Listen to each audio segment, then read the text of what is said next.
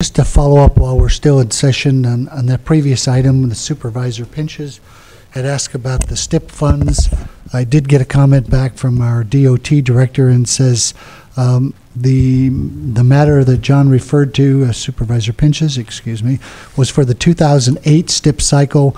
Most funds will be available in 2011 and 13. Our North State Street project should be done in 2008 or 2009. Supervisor Smith is correct that we have 2004 STIP cycle money, 4 million plus, that is sufficient for eligible parts of the project. RDA money will allow us to add to the coming work, including the bridge match, which is 88.53% HBP funded, and even some work on Lake Mendocino Drive, which is not part of the 2004 STIP project. So just wanted to add that clarification while we were still in session. So all the money's put together for that project? That's correct. Okay. Thank you, Ms. CEO. At this point, I'll receive the Department of Transportation Director's Report. Any comments on that from the board? Item 7A. Okay. We'll take up supervisor reports later on. I'm going to stay on schedule here. Let's have a discussion on item 8B. Discussion direction regarding exploration of posting of board agenda meeting materials on the county website, and this is sponsored by Supervisor Smith. Thank you, Mr. Chairman. This is an issue that's come to the board before in public session. I've also received a number of inquiries, both over the phone and one in writing, about wanting the county to take a more proactive position on its information dissemination for the public vis-a-vis, in this case, this would be through web access.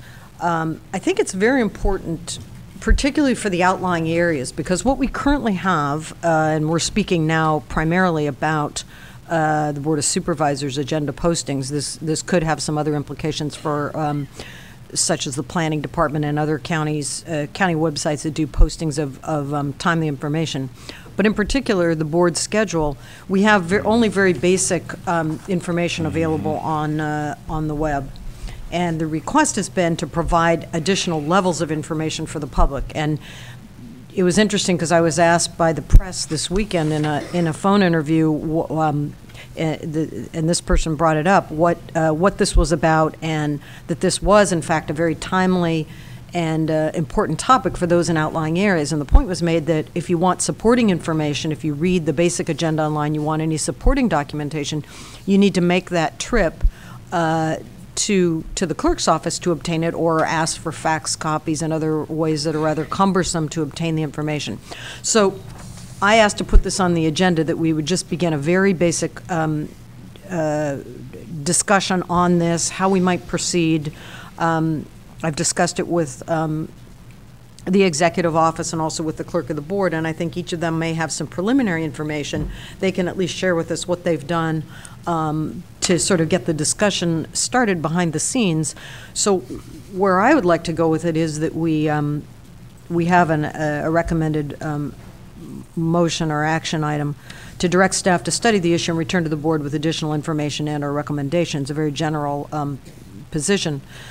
But I would like to see that we try to move forward, I guess you might call it a second level of information sharing that hopefully we could do in a very timely manner. In other words, not take something and study it for long periods of time and find a lot of financial implications, of which I'm sure there are some, but try to get some more information in place in a relatively short period of time, let's say maybe 60 days, and then that would be sort of an interim step, and then a secondary step that probably will take more discussion and will have, again, a fiscal cost associated with it, would be that we have the clerk work with the General Services Agency and with the Executive Office to come up with a game plan, if you will, that would take us where we probably want to go for the long term.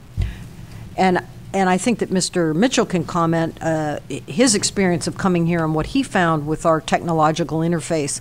I think that we've got some challenges internally in terms of how we're doing our customer service and our information sharing internally that might benefit from this discussion. And then we also have the external piece that is the important one of getting information out to the public. And I think we need to do a better job of it, and if there are fiscal costs associated, let's know what those are up front, and let's plan for that in the next budget year. But let's see how we can, in short order, get more information available in a timely period. So that was my point in bringing it forward.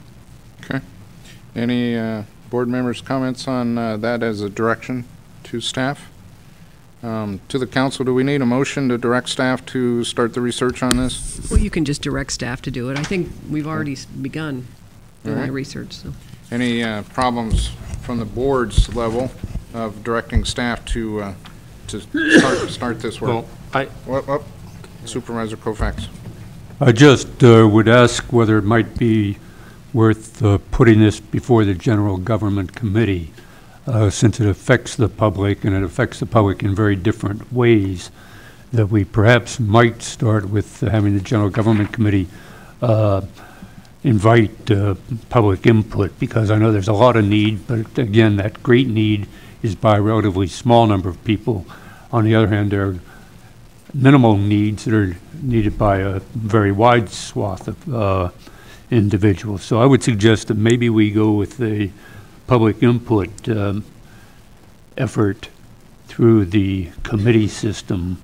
Again, I'm just throwing that out here as an idea. I have no problems with CEO and the clerk of the board's offices to address it, obviously, as they could in such a committee setting. But this might be a first step.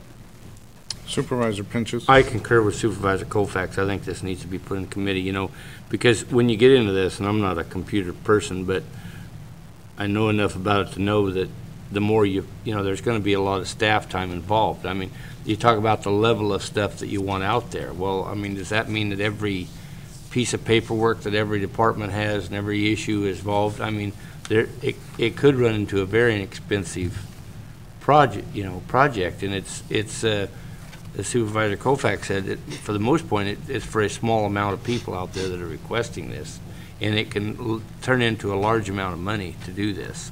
So the first thing that has to be addressed is to what level of what stuff you want to put out there, I mean, beyond the agenda.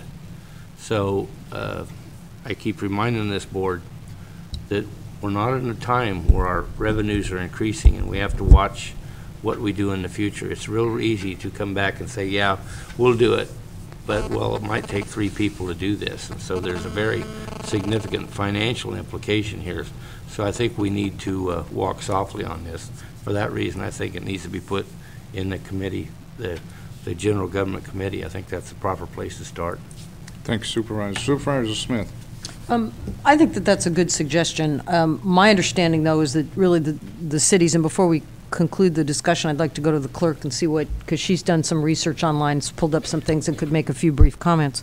I think the cities have already outpaced us in terms of the kinds of things they have there. So I would say the first order is getting things like staff reports online. It might not be all the supporting documentation, maps, and things for certain issues, but it would be your basic next level of information, or what are the agenda summaries, what are the staff reports, and that we'd sort of go to that, I'd say, is the second level, because that's the next level that the public's interested in. When they see online what's happening, they can only glean something from the title.